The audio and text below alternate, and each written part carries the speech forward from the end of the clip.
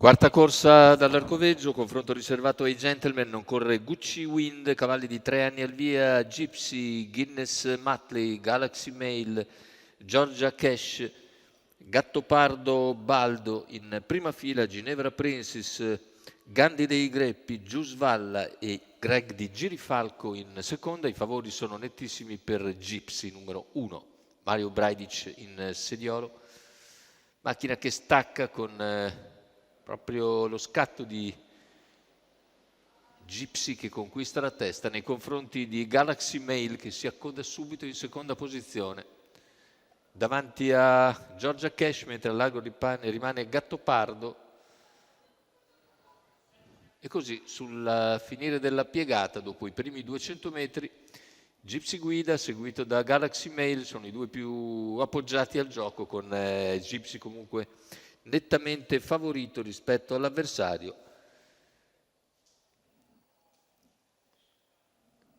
In terza posizione Georgia Cash, intanto in 400 in 32,4, una volta al comando. Numero 7 Ginevra Princess squalificato. Mario Braidic che continua a guidare ora a ritmo rallentato anche sulla seconda piegata, tallonato da Galaxy Mail e Georgia Cash, mentre all'esterno cerca di farsi luce Gattopardo dopo essere rimasto confinato nella posizione più scomoda, scoperto al largo e seguito nell'azione da Greg di Girifalco.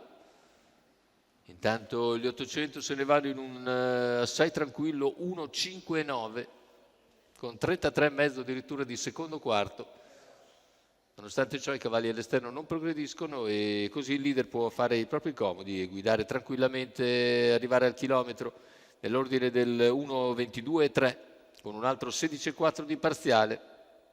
Seconda posizione sempre per Galaxy Mail davanti a Georgia Cash, all'esterno Gattopardo che però cala sull'allungo del battistrada, prova a venire via in terza ruota ma senza esito per il momento Greg di Girifalco, e siamo sulla curva finale con Gypsy in vantaggio, Galaxy Mail che tallona l'avversario, poi anche Georgia Cash prova a spostare, retta d'arrivo con Gypsy che entra nettamente in vantaggio su Galaxy Mail. Gypsy nel finale controlla e vince di quanto vuole nei confronti di Galaxy Mail, terzo posto lungo la corda per Gandhi dei Greppi che trova un buon varco, 1,19 ragguaglio conclusivo, corsa addormentata per gran parte del percorso, poi 29,4 a chiudere, con il quale Gypsy chiude la partita e vince nettamente. Mario Braidic in sediolo per conto di Paolo Romanelli e dello stesso Mauro Braidic.